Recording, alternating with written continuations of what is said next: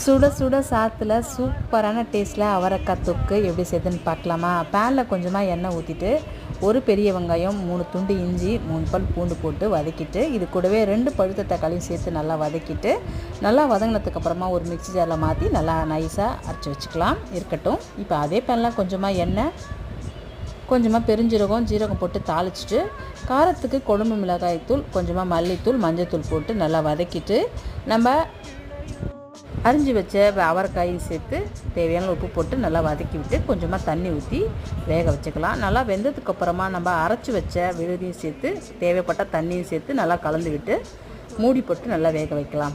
நல்லா வெந்து வந்ததுக்கப்புறமா நம்ம கடைசியாக கொஞ்சமாக கொத்தமல்லி தூவி இறக்கிட்டால் சூப்பரான டேஸ்ட்டில் அவரைக்காய் தொக்கு ரெடி ஆகிடும். கண்டிப்பாக நீங்கள் இதை ட்ரை பண்ணுங்கள்.